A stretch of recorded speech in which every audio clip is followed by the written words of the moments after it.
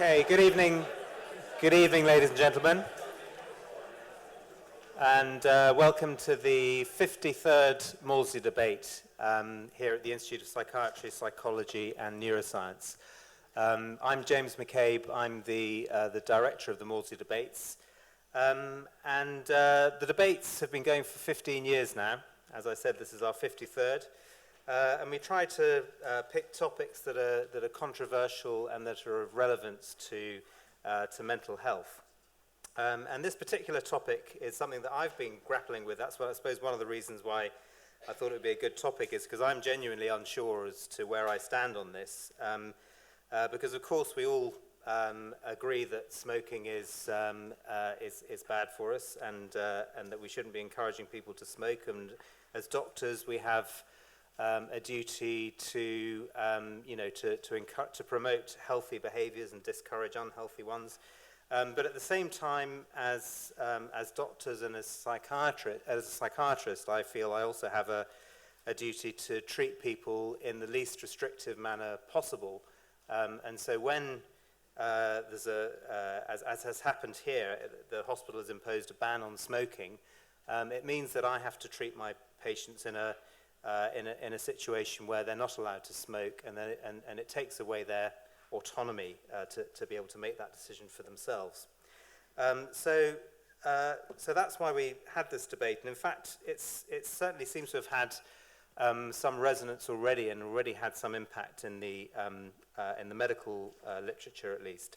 As usual, the BMJ has taken up our debate and published a debate in written form with some of the contributors from today, not all of them, and that was also picked up by the editor of the BMJ, Fiona Godley, who's written an editorial on the topic, and it's also been picked up by the Lancet Psychiatry, who also have an editorial that came out today on this topic, specifically referring to the Maudsley Debate.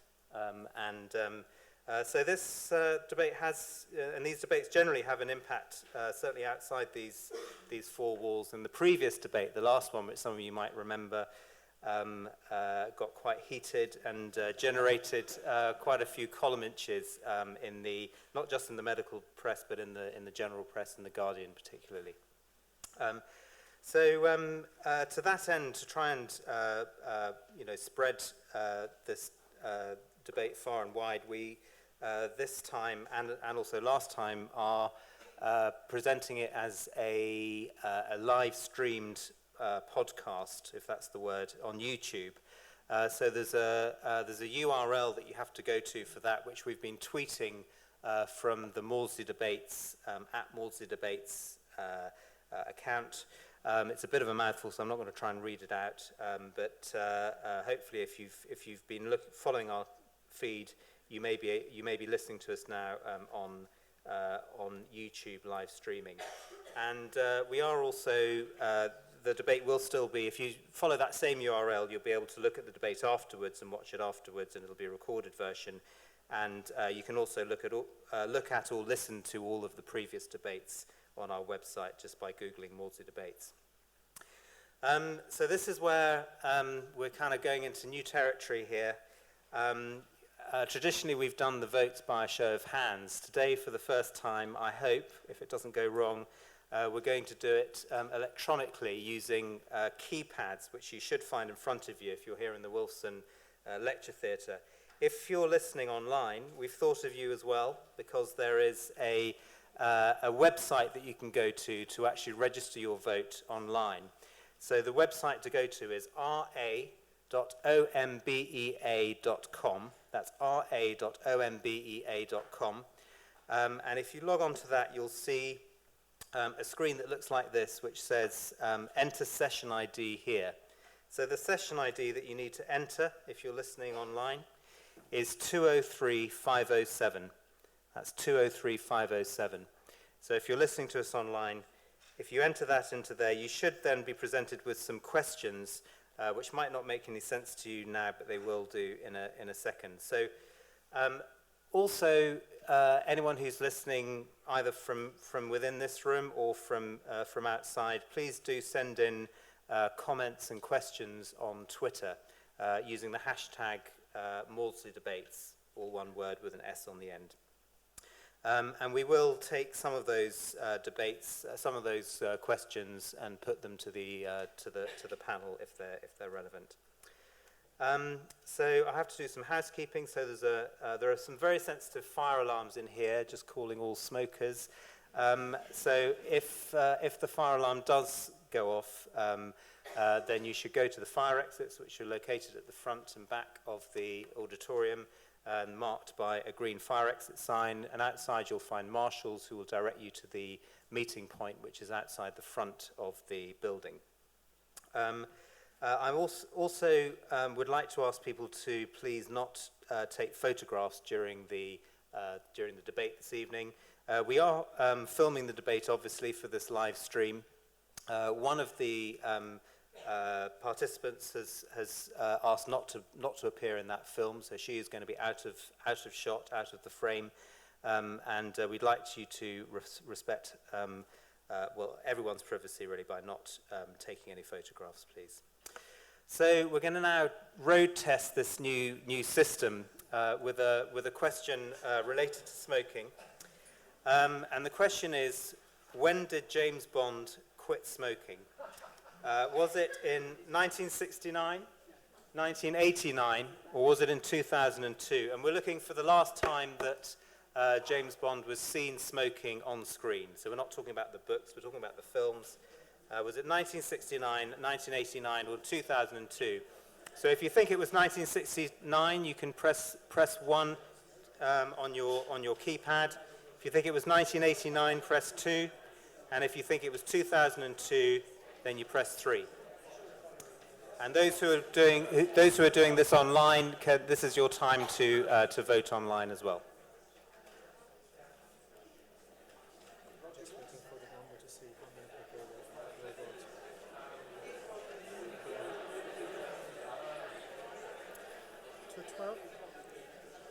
Okay, so we've got a total of 213 votes now. It seems to have stopped climbing, so I think that's our total. So we will now show you the result, we hope.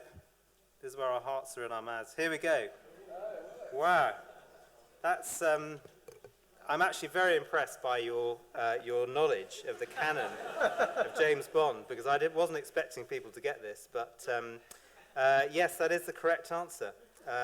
It's 2002. 1969, if you're wondering, that was the year that George Lazenby played Bond, and he was the last Bond to smoke for about 18 years, because Roger Moore was never shown smoking. But then, like a lot of us, James Bond then suffered a relapse and went back to the habit in 1987 when Timothy Dalton took on the role. He smoked cigarettes. The last cigarette was smoked in 1969, but Pierce Brosnan did smoke cigars and was last seen smoking in 2002. So, well done for getting that right. So we will now move to more serious matters. So the motion before the House is, this House believes that smoking should be banned in psychiatric hospitals. So if you are wanting to vote for that motion, you should press 1 on your keypads. If you're voting against, you vote 2, and if you're abstaining, you vote 3. And we will be repeating this vote after the debate as well.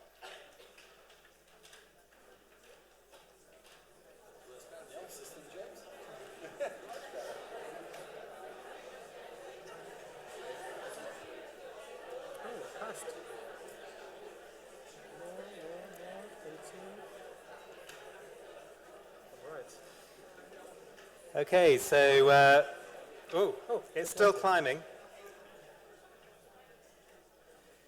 Okay, I think we'll stop it there. It's got to 222, so there's either some extra people have come into the room, or people are very unsure about their Bond knowledge and have abstained from the Bond question. Okay, so there is all to play for. So the fours, well, the againsts have it with 91 votes, but the fours have 85, and there are 46 abstentions. So it's a very evenly matched field. So I think that's an excellent place to move on to starting the debate. So I'm just going to introduce the chair, Tony Clear, who's Professor of Neurobiology of Affective Disorders, I think that's or Psychopharmacology and Affective Disorders. He's an expert in affective disorders and also in chronic fatigue syndrome, and most of his work has been at the interface between psychiatry and physical health, which is why we thought he'd be the ideal person to chair this debate. So over to you, Tony.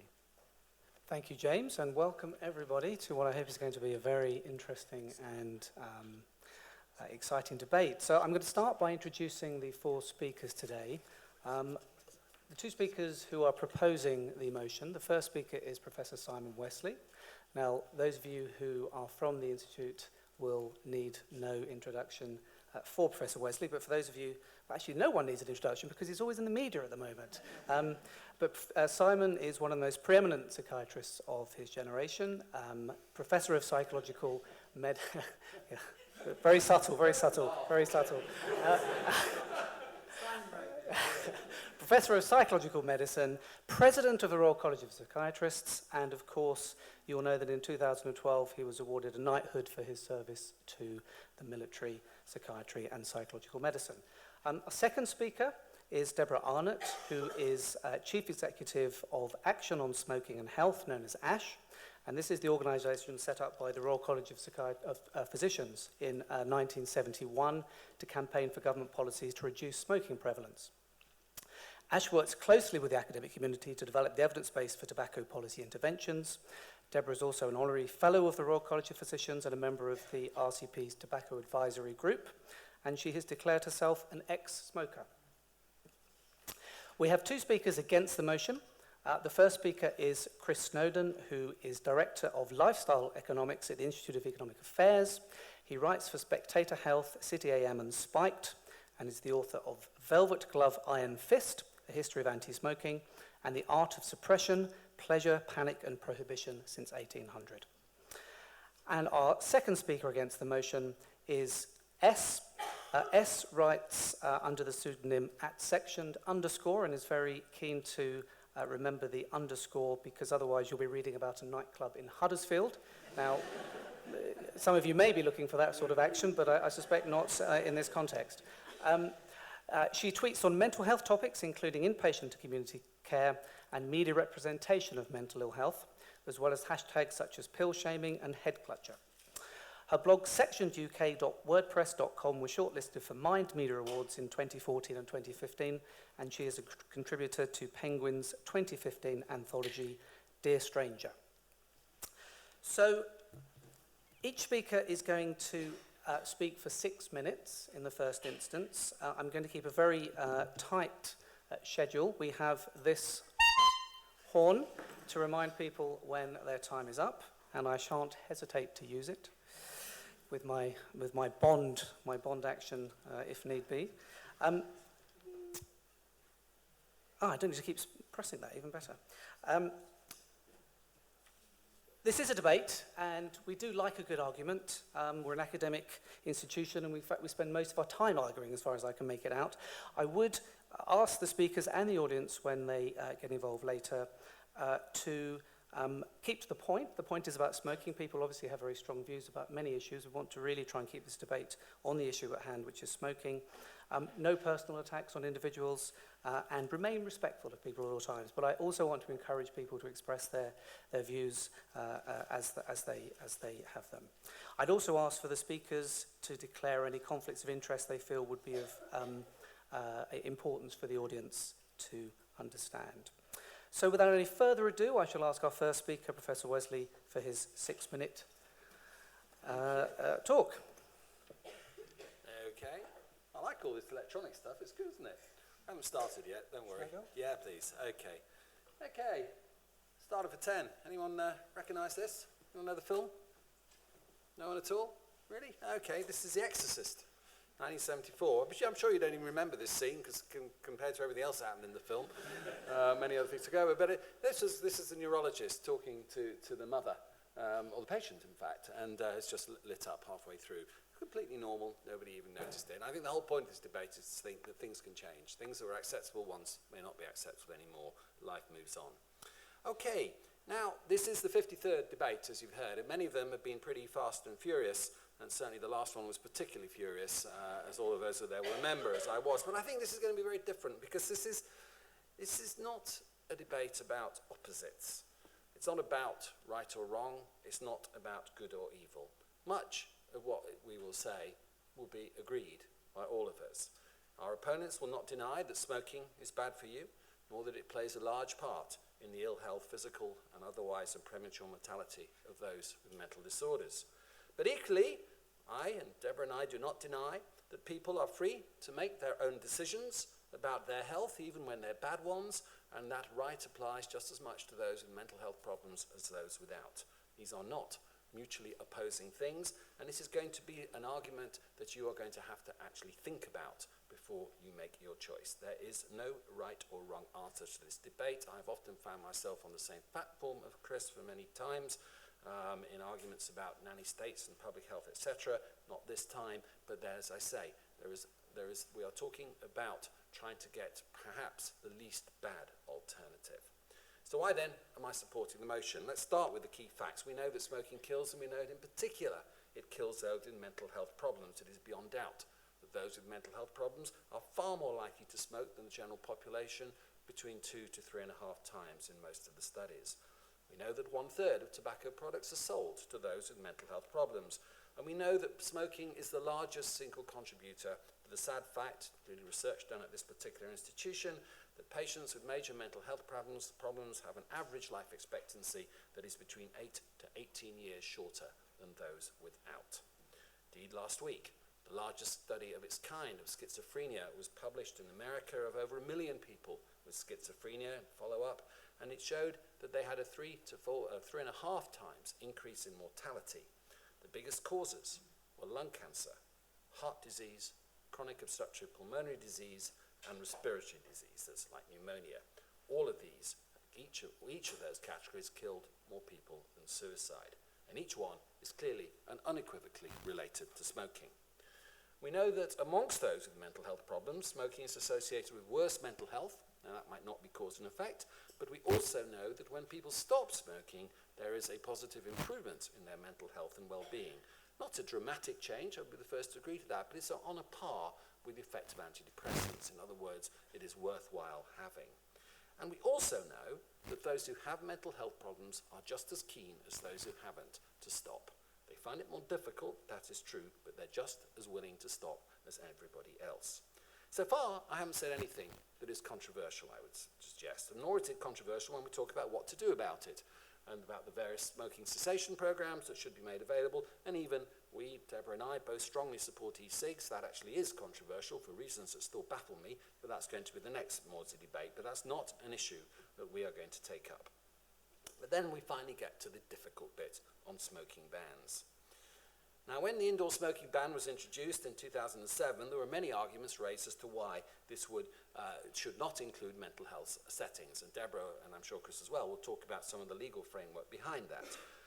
And there were also arguments in the professional press, as it were, about the problems that this might cause. An increase in behavioural disturbances, attacks on staff, seclusion, and so on.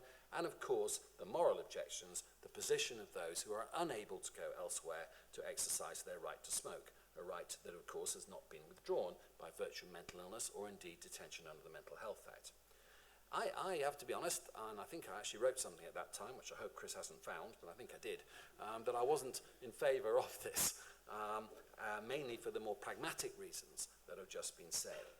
Now, it's pretty clear that the research since then has shown that the pragmatic objections that, as I say, I did share, have been largely unproven. Discharges against medical advice have not risen, seclusion has not risen, attacks on staff has not risen, fire risks and hazard have not risen. All of these are fairly clear. There have been reports of specific problems with abrupt withdrawal from nicotine, that's true, but there are many, many ways which we will hear about that this can be overcome. And we know that the ban is not the be-all and end-all of this. It is merely the start of measures that must be taken for this to work. We will not disagree on this side of the motion that's saying it must be accompanied by both better support for patients in terms of replacements, e-cigs, etc., and better alternatives for the reason why so many people smoke, the boredom and tedium that can all too often be a part of an inpatient medical experience. Now, we know there are also some unexpectedly good consequences as well. We know that the reduction in doses of antipsychotics, for example, particularly clozapine and olanzapine, which happens when people do quit smoking, will be associated with a lower risk of side effects from those drugs, and that can only be a good thing. But for me, the clincher argument is this. Like James and the other people in this audience, I have spent most of my career, all of my career, in psychiatry and a lot of time in this hospital and many others as well. And I've grown up and seen the smoking culture that still tends to dominate many of our institutions. One sociologist writing said, the currency of smoking, the currency by which the economic, social and political exchange takes place in the inpatient setting. People do it to reduce to deal with their boredom and apathy, to facilitate interactions with other patients. Staff do it as well, in order to, is that the 1 minute thing? Well, okay, that's fine. And as a means of reward and punishment. And that's what disturbs me so much. And in particular, here at this hospital, when people who've been smoke-free in other institutions, such as forensic settings, come back to this institution, they start smoking again. And about 10 to 20% of people who have mental health problems say that their smoking career began when they were in inpatients. That seems to me very hard to take. Thank you.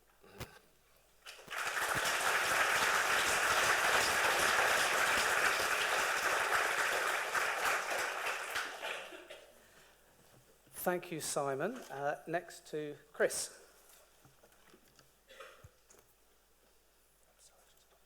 Thank you. Good evening.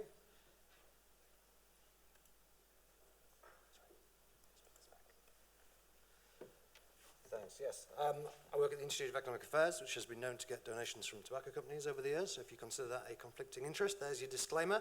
I don't feel really I have any skin in this particular game. I've never been in a psychiatric hospital, and I don't smoke anymore.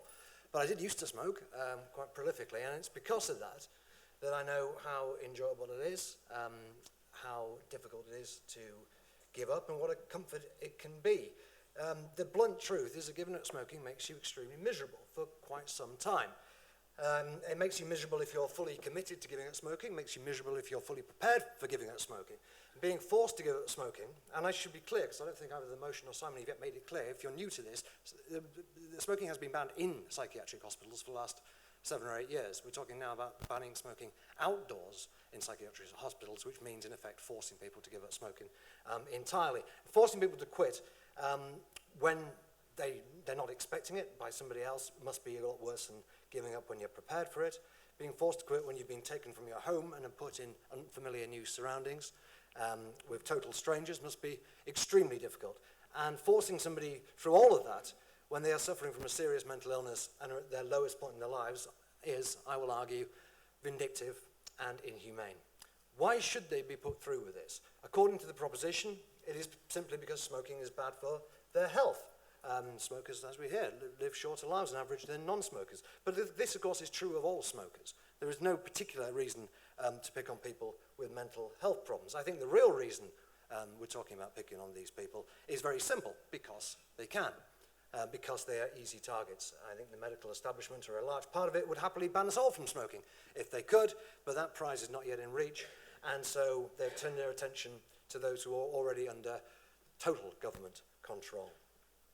In the recent BMJ head-to-head article that you've already heard about, the proposition said, and I quote, some smokers with psychiatric disorders think that smoking can help them to manage their symptoms and relieve stress and don't want to quit. We respect that view, but point out that smoking has no positive effect. No positive effect from smoking.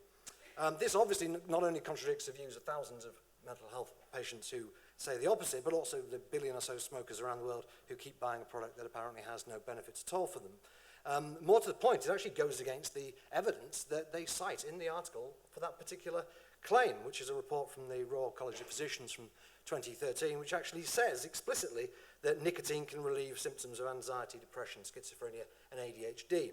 So rather than attributing false consciousness to millions of people, let's be honest about this and say that the problem with smoking is not that it has no positive effects. The problem is it has lots of negative effects. And most of you would probably be smoking if it weren't for the negative effects that smoking has on your health. Indeed, if we had this debate in 1950, most of you would be, if not smoking right now, but certainly smokers.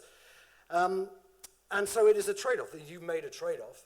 You've sacrificed the pleasures of smoking for the chance of better health in the future. That is a personal trade-off for you to make, that you should be free to make, and psychiatric patients, I think, also should be free to make the same trade-off. They may make a different choice, but then their circumstances are very different. And as we've already heard, it's well known, people with mental illnesses are much more likely to smoke than the general population, up to 70-80% in the case of people with schizophrenia. And smoking rates, while they decline amongst the general population, stayed fairly static for years amongst people with mental health problems. Now, it seems to me that people who propose these bans are remarkably incurious about why this should be. Perhaps they think that people with mental health problems are more susceptible to the glitzy cigarette packs we've been hearing about, or cigarette advertising. The obvious explanation is that people with mental health problems get more benefits from smoking than you or I might do. And indeed, as already alluded to, there is certainly good evidence that many symptoms, particularly for schizophrenia, are alleviated by smoking. But even if that weren't the case, even if smoking didn't have any particular neurobiological benefits for people with mental illnesses, it would still be a source of pleasure and comfort for them. It would still be something to look forward to on those lonely and traumatic days on the ward. And even if Simon and Deborah deny the benefits of smoking, I trust they do not deny the existence of withdrawal and how difficult that is. And as a result, 19 out of 20 quit attempts end in failure when coercion isn't involved. And so added to all the other problems that the patient suffers from, they will be forced to endure withdrawal in their new home. And never forget, it is now their home. Whether this results in the kind of violence seen repeatedly in prisons around the world whenever they try to ban smoking remains to be seen. But it is certainly true that it will lead to resentment, anger, and a breakdown in trust between staff and patients before they've even got to know each other. This is almost the first thing that will happen when they get through the door. The patient will know that there is a place outside they could smoke, and they will know that they are being specifically forbidden from doing so purely for their own good, purely because it suits the agenda of their captors. And not just for the good of their mental health, which is the only reason they're there, but for their long-term physical health. And I think it's extremely debatable whether there will be any benefits even to their physical health in the short, medium, or long term, bearing in mind that we know that the vast majority of psychiatric patients return to smoking if they were smoking before, almost as soon as they've been discharged. So for me, this is really quite simple. A psychiatric patient smoking outdoors is causing no harm to anybody. In a liberal society, that should be the end of the story. A ban cannot be justified. Clearly, there are always going to be people who don't smoke, who hate smoking, who apparently don't even understand smoking, who think that smokers are making the wrong choice. But that is not their decision to make, and it never justifies the use of coercion. So I would urge you, please, to show that you still want to live in a liberal and humane society by voting against this motion.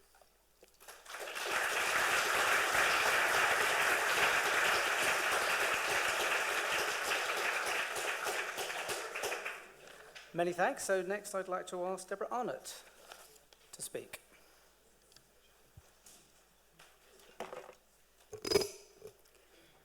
Well, I first became aware of the problem of smoking in psychiatric hospitals shortly after I started working for ASH, when I was phoned up one day by a mother whose teenage son had been admitted to hospital with his first psychiatric breakdown. He was diagnosed with schizophrenia. And her distress was magnified by the fact that he'd gone in a non-smoker and come out with a 40-a-day habit.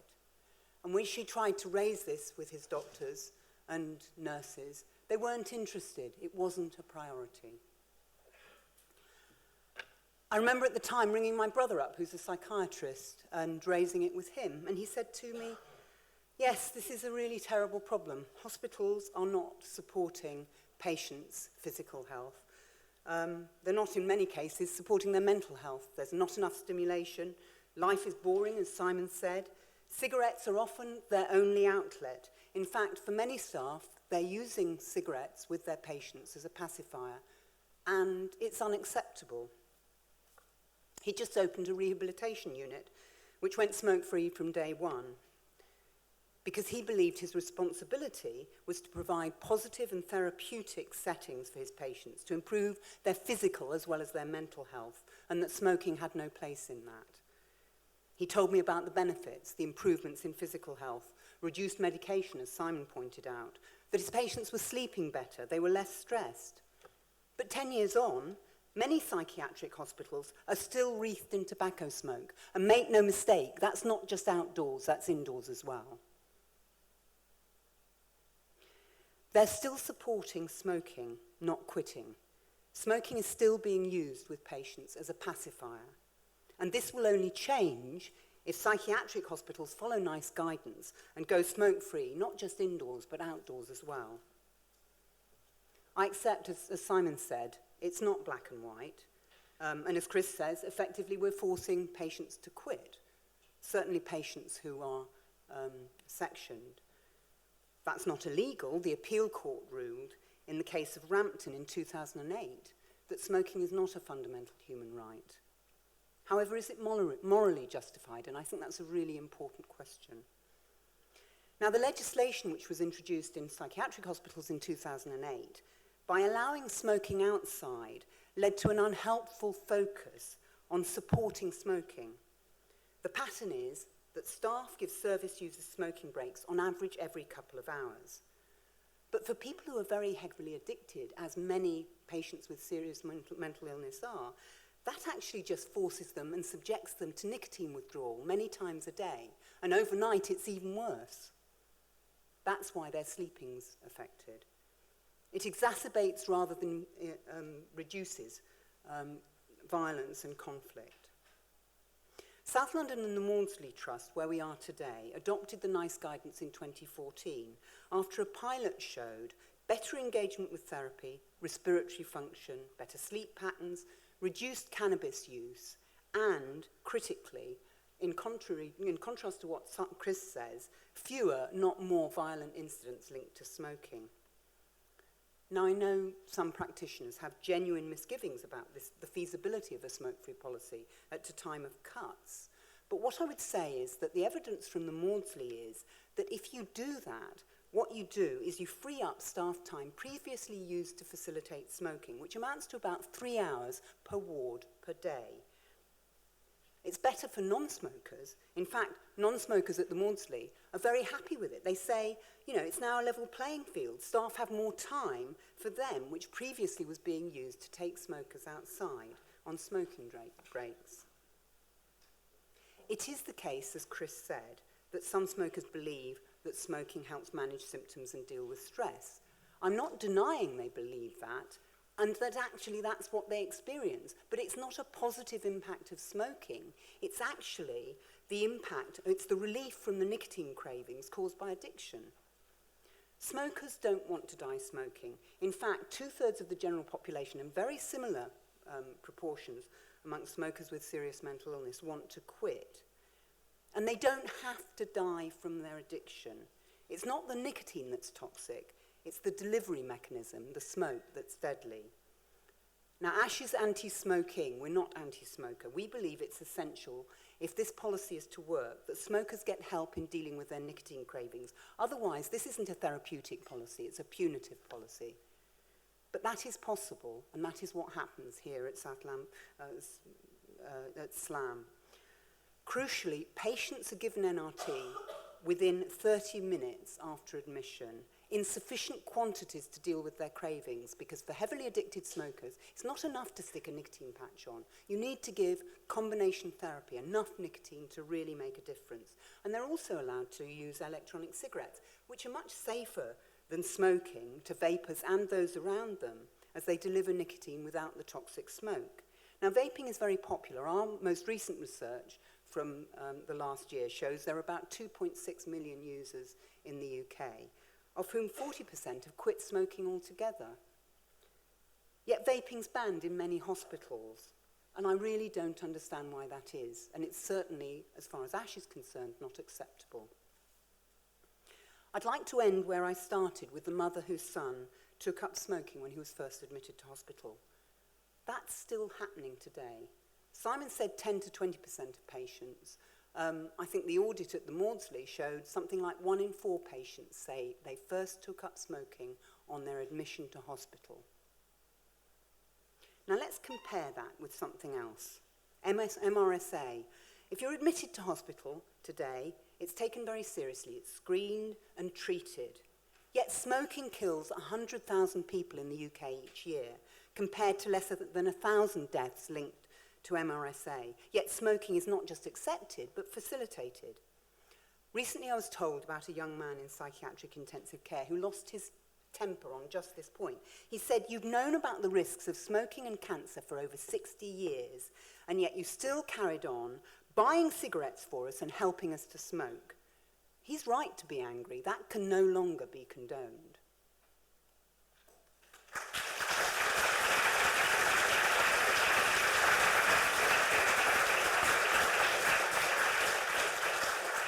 Many thanks indeed, and now to our final speaker, S. Oh, okay. Hello, can you hear me? Is that working? Yeah. Okay, hello.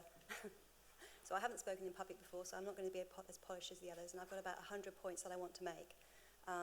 So hopefully I'll be able to make them. A little bit to start with. When I said I was going to be speaking in this debate, a psychiatrist said to me that it's the wrong topic to make a stand on, and I disagree. I mean, I was invited to speak, so I thought I'd say yes. But I disagree for 2 reasons. First, the right to do something that a lot of people disapprove of, and 80% of people in this country don't smoke, is a good test of whether we really believe that people with mental health problems are full human beings, just like everyone else, with the right to make foolish decisions. Secondly, smoking-related illnesses are killing people, killing my friends with mental health problems, reducing my quality of life of my friends. And I'm a non-smoker. They're killing us early. And the sort of abstinence-only approach has succeeded in helping to cut smoking rates in the general population. That approach has not touched smoking rates among people with serious mental illness, which has stayed the same for 20 years. And to me, this shows an urgent need for other effective evidence-based approaches to help people with serious mental illness reduce smoking harm.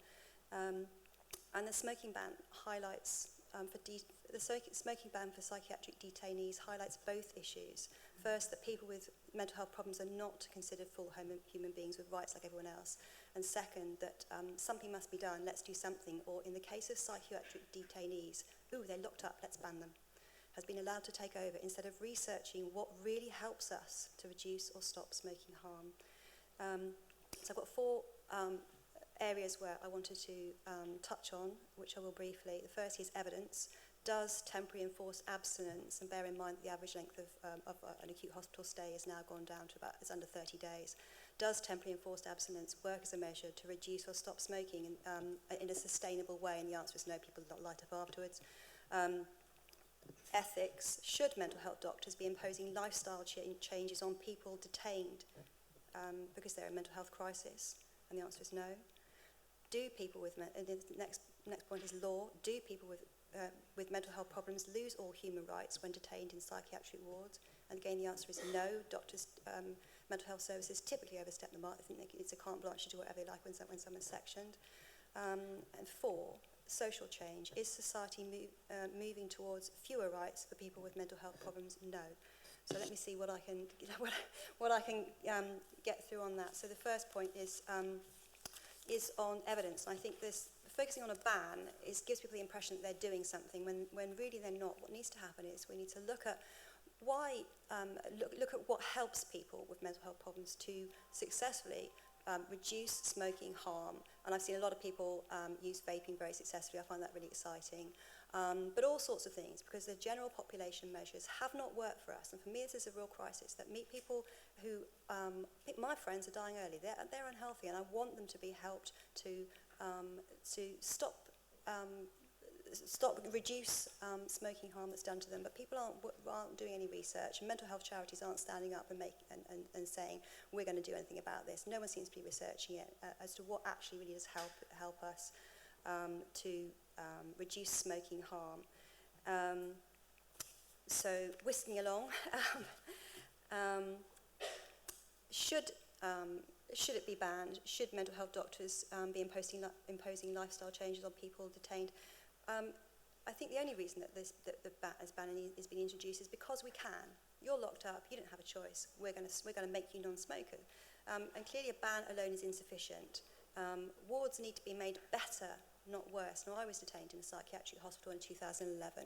I didn't come out with MRSI, I came out with PTSD, post-traumatic stress disorder, because of what was done to me in that place. Wards are extremely coercive. The reason I've got this sort of stick of rock here, which is because, in my view, coercion runs through psychiatry, through letters through a stick of rock, and it poisons it. It gives it a fallback position. You don't have to work to persuade patients. You don't have to work to do better. You can just impose your will.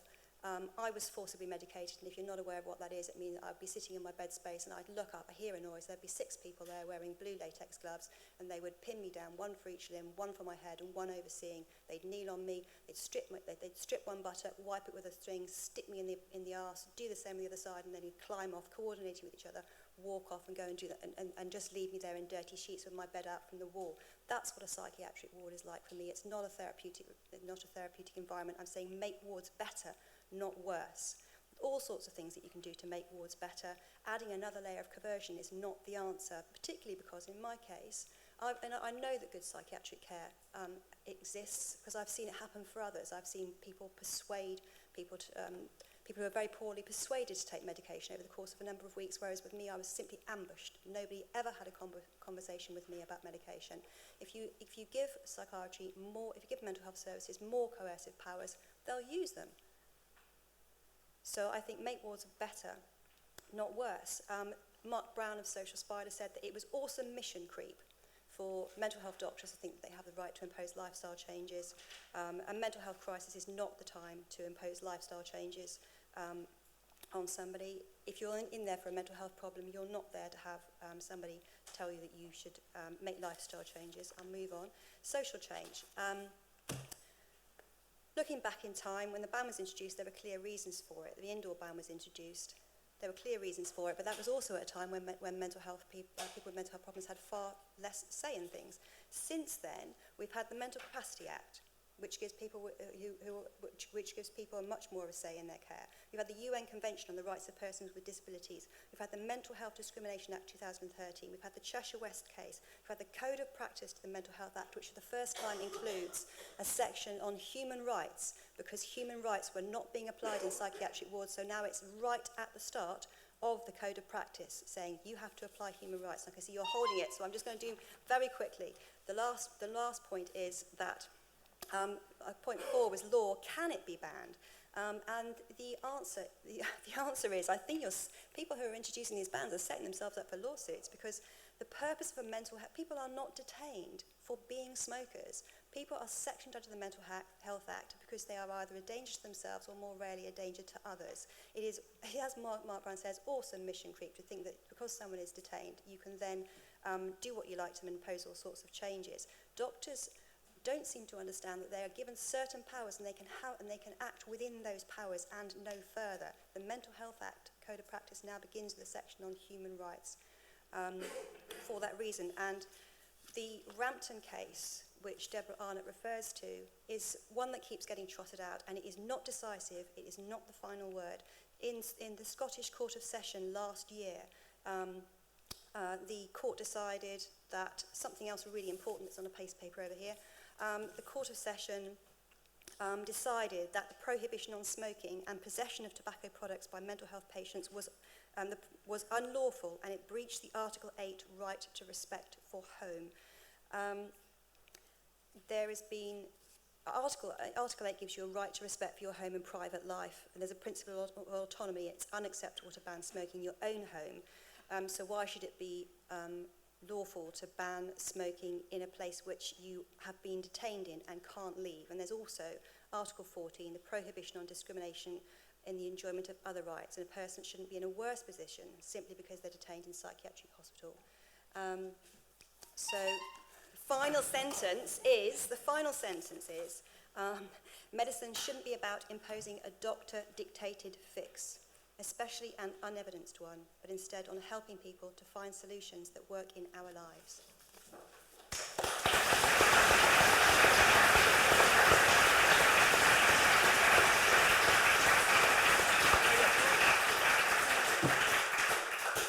Thank you very much for that, and thank you for all the speakers for what I think are some excellent points. Before I open it to the audience, what about the point that S made? It doesn't work. What doesn't work? Banning smoking for psychiatric patients doesn't work. They don't stop. Need research on what does work. Well, we do masses of what work and what. There's masses of research on what does work. It's a question of implementing what works, and some of the examples that have been used are where we haven't used what works. That's the problem, and it's a perfectly good and legitimate point. But you and I know, Tony, we know there are many things we have that work but aren't used. So it's a question of implementing what works, and a smoking ban works? Well, smoking ban works because it bans smoking, so that works. So it's a handicap. It bans smoking in hospitals, not outside of But hospitals. as part of the clear point on its own, no, of course it wouldn't work. But it shouldn't be done on its own. It's not a thing on its own. It's part of an integrated package as we're using here at the Maudsley. Fantastic. Right, I'm going to open it up to the audience for some questions. Question here. We have a microphone to speak into. I'll take, just to let you know, I'll take 2 or 3 questions at a time, and then I'll put it to the panel as appropriate. Hello, thank you. I mean, just on the point of whether it works or doesn't, I mean, 56% of patients since the indoor ban came in the UK have increased episodes of self-harm. If you look at the evidence from America, where 35 of 50 states have implemented outdoor smoking bans, violence has gone up by 22% and up to 390% in Austin, Texas. But the thing I really want to talk about is this claim that none of the speakers have said, but the claim that serious mental illness smokers die 20 years younger. And I would say that figure is a mean average. It locates a middle point between someone who commits suicide in their 20s with someone who's depressed and lives to their 90s. So I think it's a misleading figure for that point. Furthermore, the health inequality, the real health inequality that does exist, reflects a more traditional inequality that has always been there, namely that the less well-off have worse access to physical health care. Indeed, those with serious mental illness are usually less well-off and prone to substance abuse as well. Now, the actual act of continuing to smoke 20 cigarettes a day after you're 40 averagely shaves off 10 years from your life. This is the same for those with people with serious mental illnesses as it is for the rest of the population. So if SMI people are dying 20 years younger, it isn't down to smoking. They're dying 10 years before the harmful effect of smoking kills them. Banning smoking then won't really alter that mortality. So why are those with SMIs being singled out for intervention when smoking is only as harmful as it is for the rest of the population? And I think for all the talk of health equality, public health types are developing a new stigma and a new discrimination. They are saying people with serious mental illnesses cannot make free choices. Thank you, thank you. Behind. Yeah, I wanted to make the point, I think, if everyone can hear me, that it's not people who are currently in hospitals' fault that hospital buildings were designed before the smoking ban was implemented. Because I think the issue here is not the smoking ban on the wards, it's the smoking ban on the wards in combination with the smoking ban on hospital estates. And that's a kind of almost inadvertent effect that we're kind of arguing after the case for the justification of. It's not really a question. What would you do? I don't know. I would second what Sections was saying and actually start making better hospitals. Well, If only. Well, I think you can say it if only, but I think it's a very, very pertinent point to make. We keep arguing based on what we've got and justifying our actions based on what we've got, not based on what we could possibly have if we made that argument more strongly. Could I just come in on the point about death? Because it's not just dying 10 years early. You don't suddenly keel over with smoking and die one day. The years of you have many years of disability in advance. Anyone who's got chronic obstructive pulmonary disease will know how dreadful that is. Your lungs cease to work properly and it's like drowning. Cancer, you know, it's something like 1/4 of all cancer deaths are down to smoking. Never mind the fact that it's the primary cause of lung cancer. cardiovascular disease, many other diseases. You know, you suffer for many years before you die. It's not just dying 10 years earlier. Do you agree about the increase in violence and self-harm that comes from stopping smoking? Well, I was just going to go back to the first point first. I mean, no one's ever said that smoking is the only cause of premature death. Of course not. It's part of a whole cycle of disadvantages, and it's not just in those with mental illness. It's those who are homeless, those who are poor in general, those in prisons. It's part of a cycle of disadvantage that happens to have a bigger impact on anyone with disadvantage, which includes mental disorder. Other causes, for example, are some of the drugs that we use and the side effects on cardiovascular. It's not just one thing, it's a multitude of things. But on the evidence, I don't think that anyone is disputing that smoking is the biggest cause of premature mortality in those with mental disorders, but it isn't the only cause. And I think the second argument is a very different one, which is about whether or not the freedom of choice that you have to make those choices. That's a completely separate argument. I don't think we can argue with the evidence that smoking is the biggest killer of those with mental illness. I think that's very clear. What do we do about it? We're in the middle of making a submission for the spending review for more money to be spent this, that and the other. I mean, I have to say, one of the things we didn't ask for was redesigning. We want to just have fewer hospitals and more community services anyway, which presumably would then, again, have an impact here. Unfortunately, it's not going down very well at the moment, so if you want to write to the Chancellor in the next 48 hours before they make his mind up, please do. Please do. Nobody would be more pleased. Yes, I'm going to ask you for any comments, and also about hospital buildings, if you have any comments on the design of hospitals. I do. When I was detained in 2011, I stayed on 2 different wards. One of them had access to a garden, anytime free access to the garden. The other one was upstairs, and so there was escorted access. So obviously people who were in the first ward with a garden, they could go and smoke whenever they wanted to. As a non-smoker, I'd rather the garden was divided so that I didn't have to sit in other people's cigarette smoke. Yes, but I think that in terms of premises, one of the things that I've been disappointed. I don't have any knowledge of mental health sort of services before 2011. One of the things that I've been really surprised by is the low expectations of people who work in mental health services. They're too ready to beg for crumbs from the table, and I think that coercion. As a background that runs through psychiatry like where's there a stick of rock? I brought this with me for a purpose. We can share it afterwards. But I think I will do. We'll try and smash coercion by breaking the stick of rock. Banning sugar next. I think that coercion gives this sort of fallback position that you can go for the cheap option. It's okay, you don't have to resource the services properly, because actually at the end of the day, you don't have to spend time persuading someone to take medication. You don't have to persuade somebody that reducing smoking harm would be better for them. You can just lock them up. You can just stick them in the backside with an injection.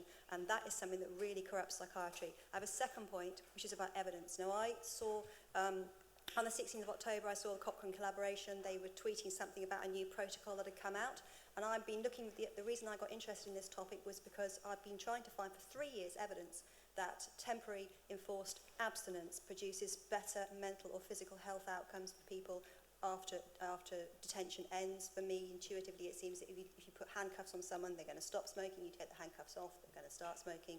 So I really wanted evidence to see that there was benefit beyond that. And I've been sort of quizzing Cochrane about what they're doing. And they said, yeah, we're doing a project, we're doing protocols and reviews on smoking cessation in schizophrenia, on smoking cessation in depression, on quitting smoking in psychiatric settings, but it doesn't look at, it excludes vaping, and it also excludes trials which consider smoking bans in psychiatric settings. They're doing a protocol on institutional bans, but that doesn't look at outcomes for detainees once detention ends. They're looking at e-cigarettes, but they don't look at its use in institutional bans. And when I asked them, why aren't you looking, 70% of psychiatric detainees smoke, nearly there. 70% of psychiatric detainees smoke. The need is there. The need is there for us to have urgent research. Why aren't you looking at that? And they said because we don't want to overlap our reviews. What they should be looking at is what helps us what helps psychiatric detainees reduce smoking harm, and they're not. Let's try and get some more. Thank you. Let's try and get some more questions from the audience. They had two goes. Yeah. Could I please respond to a couple of points, please? I'm Mary Yates, one of the nurses at the Maudsley. I would like to say, first of all, that it is our real ambition for people with mental health problems to leave our hospitals having made some real improvements in their overall health and well-being, and that this has been one of the most successful things that we've done since I've come to work at the Maudsley more than 20 years ago.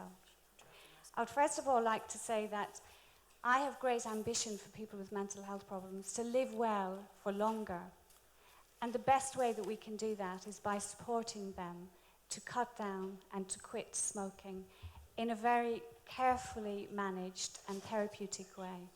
It's not supportive to ban somebody from smoking. That's not support. It is supportive It is not supportive to ban somebody we are from smoking. showing people that we care so much for them. It is not supportive to ban someone from Okay. smoking. I'm sorry. We have a Coercion difference is of not opinion on this caring. one. Of which What I Coercion would is not caring. also like to add is that it is not a human right to smoke. There has never been a human right to smoke in public or in private in England, and everything is permitted in England except where it is expressly forbidden. So we are able in our hospital environments to promote health and well-being, and that is what the general public expect us to do. The case that you referred to in Scotland was actually overturned on appeal, and so this is really stressing the point that there is no human right to smoke, Thank and you. that our duty is to provide care for our Thank you for that patients. comment. We've got another one over there.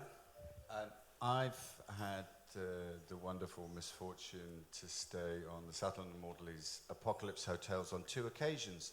Once in 2006, before the indoor ban came in, and then in 2009.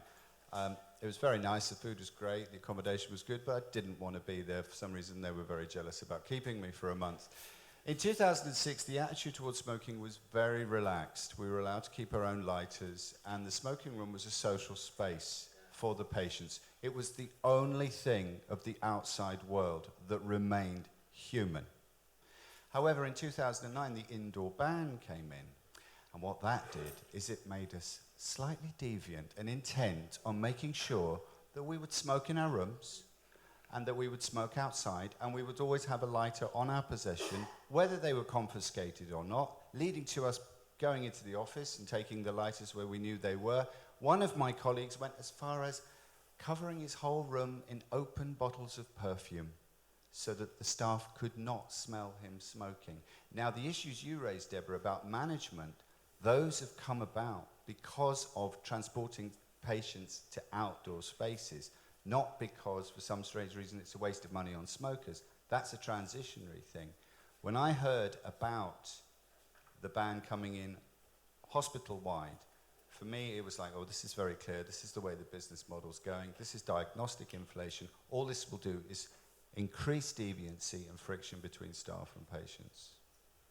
What do you think, Simon? I'm not sure what you're arguing. The indoor ban is law. I mean, I'm not quite sure what you're arguing there, because the indoor ban is that's you know, that's the law. You know, we're talking about the outdoor thing. So your argument seems to be slightly almost counterproductive. So I'm genuine. It will increase friction. But it hasn't. I mean, I agree with you. I thought that would happen. I mean, I thought that would happen. I did, but the evidence is that it hasn't happened. So I would have been with you in 2007, and I think I was. But actually, it hasn't played out that way. But also, this idea that actually people will just come out and start smoking again hasn't been proven by the evidence either. Actually, you know, service users who've been encouraged to quit, I can't remember what the percentages are, but they're really quite high, the number who've come out and managed to stay quit since the pilot and the rollout in the Maudsley. Chris, did you want to say something on that? You had a... I've seen some research on that. I can't remember what the figures are. I think it was something like 60% started within a day or two, something like that, and obviously more later on. So, I mean, it's certainly the majority, and the vast majority. I had one interesting tweet question which said, do all patients lack capacity to harm themselves just with tobacco? As in, are we suggesting patients don't have capacity to choose to harm themselves with tobacco? They can choose to harm themselves in other ways, but not tobacco. Are we singling out tobacco from other methods of harm? No, we're not. Of course we're not. Well, we have ligature points, or we have policies on all sorts of different ways to help people not to harm themselves in hospitals. That's not a new thing at all. Would you rather that we had the place full of ligature points and full of bottles of vodka? And fire hazards and the other one, maybe you would, okay. Actually, you have a point. But not in this, not unfortunately, in healthcare settings, no. The same is exactly true across the road, it's no different. Any? I think the point about capacity is a bit of a red herring, really, because although you've sort of got a hierarchy of rights, I suppose, you've got everyone sort of in this room at the moment. You've got people who are deemed to not have capacity under the under the Mental Capacity Act, don't have capacity to make certain decisions. And restrictions can only be placed on them in certain limited circumstances when it's being considered and it's been seen to be in their best interest. And there's a subset below that. That's people who are detained under the Mental Health Act. And the Mental Capacity Act doesn't give you any protection at all because the Mental Health Act trumps the Mental Capacity Act. So it doesn't matter. Once you're locked up, once you're sectioned, whether you're capacitous or not, it doesn't matter. I mean, I was considered capacitous to every week, every day, I was delivered a little card where I could tick 7 items and choose my lunch that day. So I was considered to have the mental capacity to choose what I ate for lunch that day, and I consider that I would have had the mental capacity to decide whether or not to have a cigarette. But even so, it doesn't matter because your mental capacity doesn't matter in that situation. Okay, that's clear. Are there any there's a question here at the front and over there, here and there? And I'm trying to ignore people at the back, but I haven't had anyone put their hand up at the back yet, but okay. Hi, thank you. Debbie Robertson, I'm a mental health nurse. I just want to make a couple of points. First of all, just to remind people the debates about smoking and not the state of our psychiatric hospitals, which I acknowledge do fail some people quite badly in your case. But also, I think there's a couple of things, particularly that you said, Chris, that you have misled the audience. And one of those points is on smoking alleviates symptoms of schizophrenia. And in all my reading of the literature and my own research and teaching, I've never seen any research that suggests smoking alleviates symptoms of schizophrenia. What I do know is that patients with schizophrenia who smoke have much higher positive symptoms of schizophrenia, higher rates of depression, higher rates of anxiety, they need higher doses of medication. And also the point about there's no evidence that temporary abstinence or being admitted to a smoke-free facility then leads to people quitting. There's lots of research in America that suggests even just a 3-day stay on a psychiatric ward in a smoke-free setting and the provision of the start of smoking cessation treatment, that 20% of patients a year after that admission manage to stop smoking, and they're less likely to be readmitted back into hospital because their mental health is much better because they've managed to stop smoking as well. Thank you, and there was a question over there.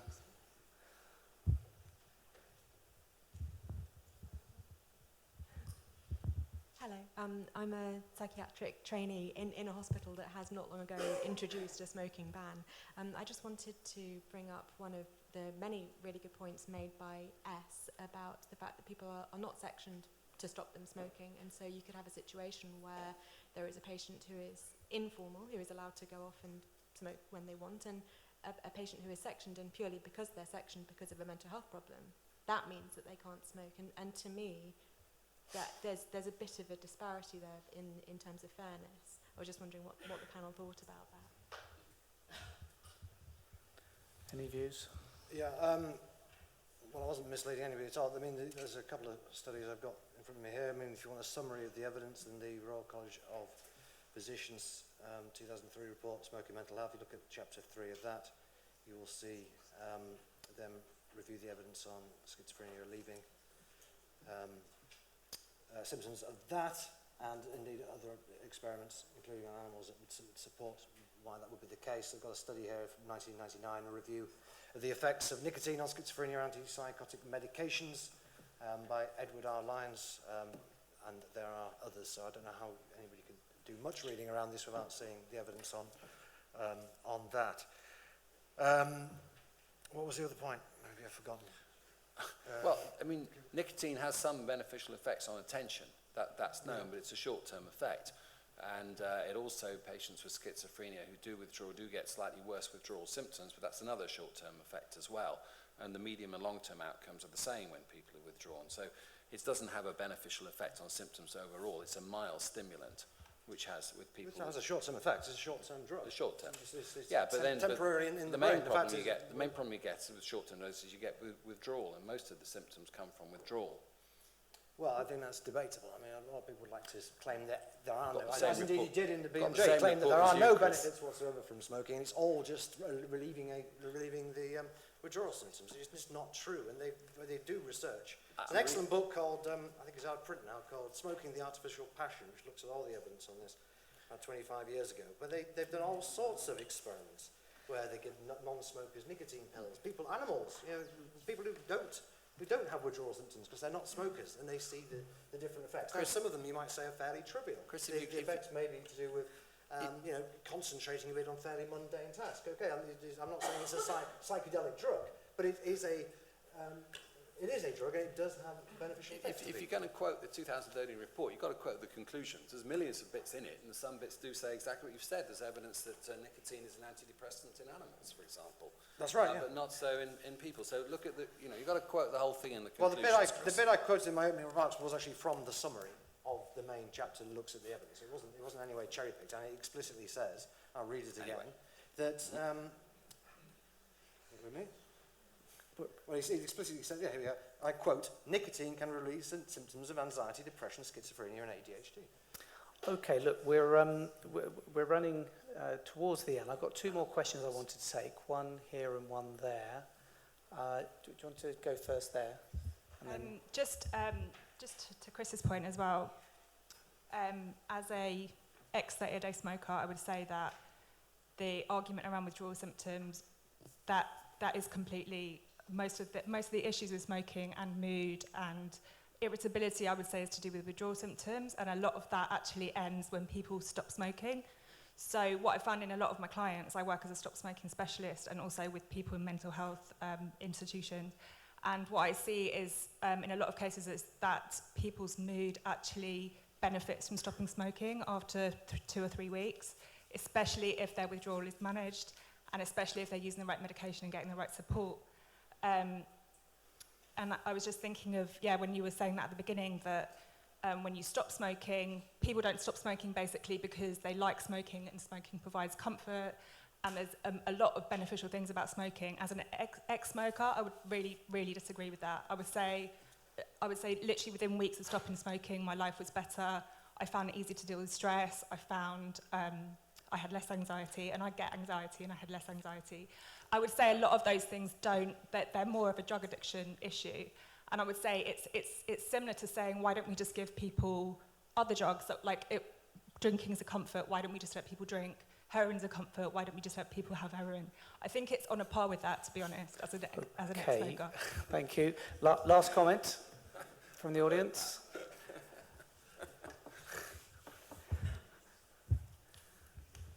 Hi, I have worked in both psychiatry and public health, so you would think it should be kind of clear what my position would be in this subject, but the clinical situation that I cannot resolve in my mind is the one where the only reason a patient is refusing to come into hospital is because they know they won't be allowed to smoke. So even though smoking, I mean, I've only worked clinically in Scotland, but smoking is banned indoors. It's not necessarily the case that all hospitals have the capacity to let people go outdoors if there was no sort of courtyard areas. So in effect, this situation does happen in some hospitals, and I cannot be the only person who's worked in psychiatry who's sat with a patient who that is their only stated reason for refusing to come into hospital. So I suppose I would like a bit of advice from Professor Wessely about how we should approach this situation. Professor Wessely? Sorry, what's that? Sorry, the patient who, the only reason they won't come into hospital is because they will be forced to stop smoking. The only reason people... No, if there is the case of a patient who says, I would come into hospital were it not for the fact that you will stop me smoking. Well, I don't think that's been well shown as a recording. There's no increase either of people taking their own discharge against medical advice either. So again, that was one of the possibilities with the evidence to suggest that hasn't happened. We obviously want to reduce as much coercion as we can. I mean, we're thinking now of moving away from community treatment orders, for example, for the simple reason they don't work. And the whole point we do is least restrictive options and also healthiest options in all sorts of ways. We don't want to make mental health hospitals risky places where people come out in a worse state than they do. We know many people do. That has happened for many reasons. Esther's explained them. But the most that we can do to stop that happening seems to me a very good thing. It's not about a culture of low expectations, which pervades mental health across the board.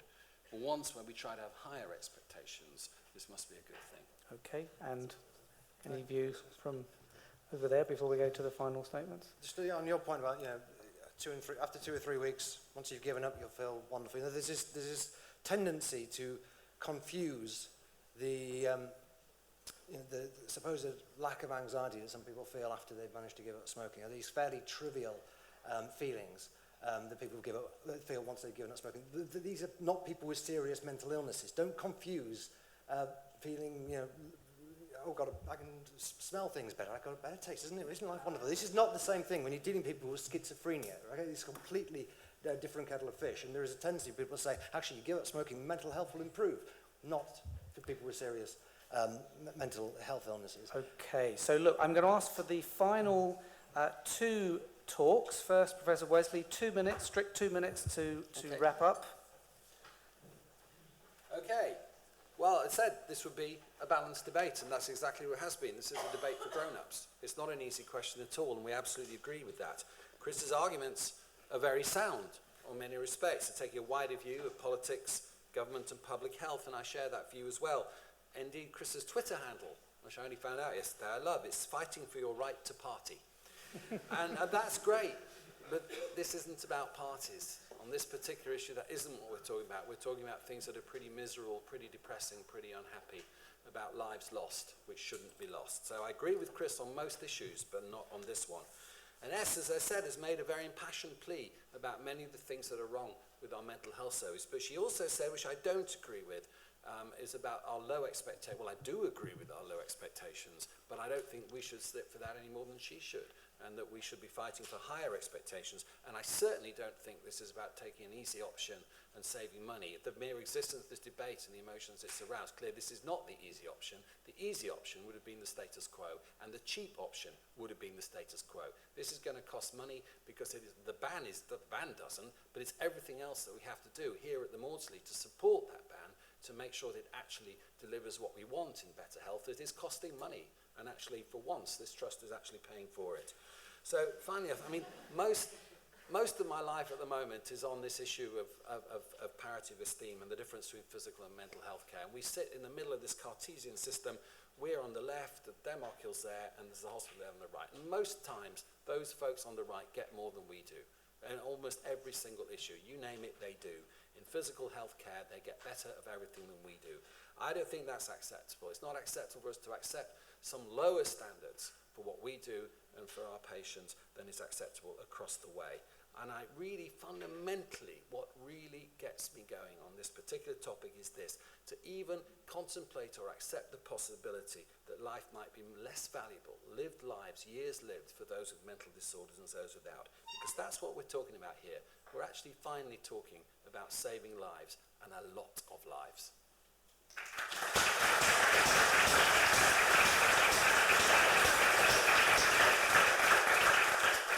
And Chris, 2 minutes against the motion.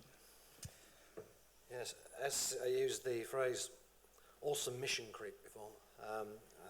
It's a very good phrase. In 2006, when the medical establishment was pushing for the indoor ban, the King's Fund put out a report which supported it.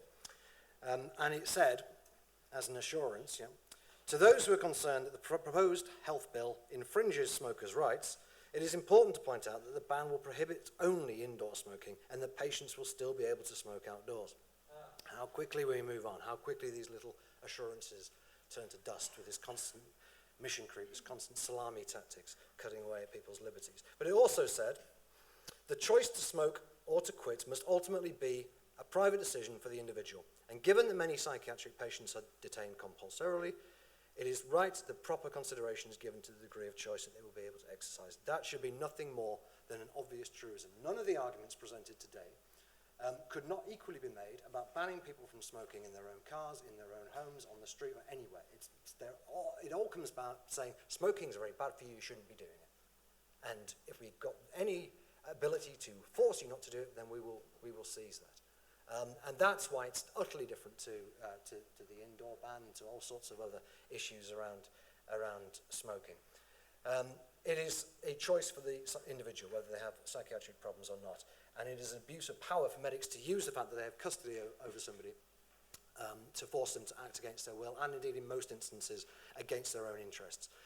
I speak at quite a lot of debates on a whole range of issues. I have never had as many messages of goodwill from strangers as I've had in the weeks leading up to this one. And so some of the people probably here today, I know many people wanted to be here, maybe are watching on the live stream. But total strangers saying, I can't believe this has been proposed, I'm absolutely horrified. Many of them former patients of psychiatric hospitals, other people just generally appalled at the proposal. And when you take part in a debate, you are there to try and change the mind of your opponents. You're not trying to you're not there to change the mind of your opponents, you're there to change the mind of the audience. But on this occasion, I would like to end with an appeal to Deborah and Simon to please rethink this. You can change your mind about this. Simon, you're a good man. I can see you're wavering. Deborah, I know you need to have a new campaign to fight, but come down to Brighton, have another go at banning smoking on the beach there. People of Sussex can stand up for themselves. Psychiatric patients card. So yes, again, I would urge you to vote against this appalling motion.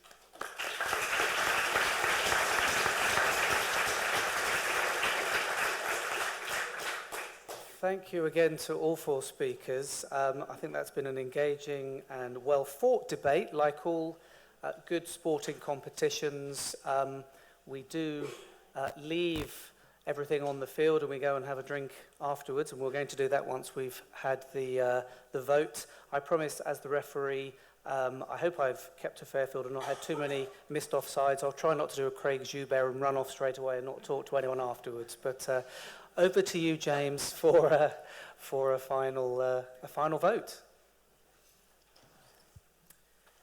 Okay, well, thank you very much. I'd like to join you in thanking our panel very much for a very stimulating and well-argued debate. So now is the moment of truth. Has the panel changed your minds? So just a reminder of the votes beforehand. We had 81 for the motion, 91 against, and 46 abstentions. So there was all to play for. So if you could vote again now, please. Again, it's A for if you're voting for the motion, B if you're voting against, and C if you're abstaining.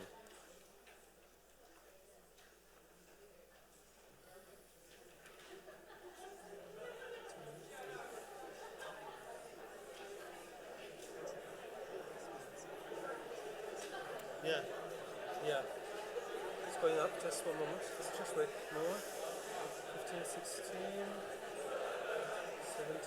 17. Okay.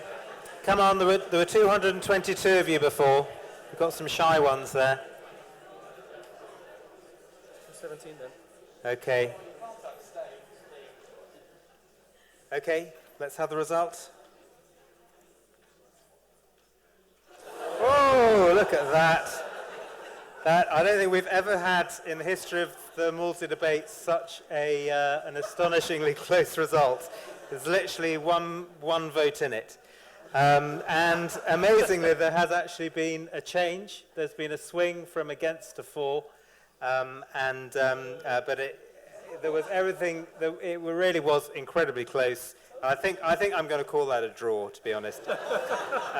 But meanwhile, we've also been having on Twitter. We sent out a poll, which you can now do on Twitter, and invite people from to vote on that. And do we have the results from that, Jean-Philippe? Oh, sorry. These are the final results presented in a different way, but basically showing the swing. Do we have the Twitter results, Jean-Philippe? No, I'm just going to. Let me just check. Just one moment. Okay. From here. I'm sorry. The numbers for and against. It's 101 against and 102 for. Sorry, I should have said that. I think that was on the last slide. Yeah. Sorry, it's a bit difficult to read. It is actually there. It's in very dark print. This is the online Twitter results. Okay.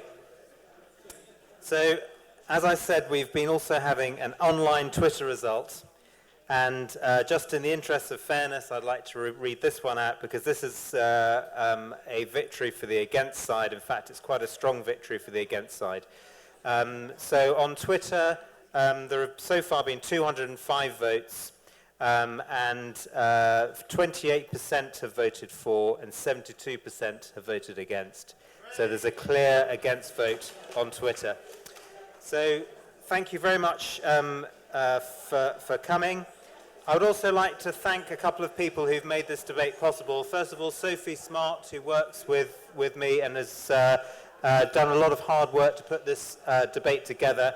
And also Jean-Philippe Calvin, who's on my left here, who's our events coordinator, who has, and he's responsible for these wonderful voting push buttons, which have worked very well. And I'd also like to thank Simon Kowalewski, I hope I've pronounced your name right, who's in our media support team. And finally, to thank again the chair and the panelists. Thanks very much.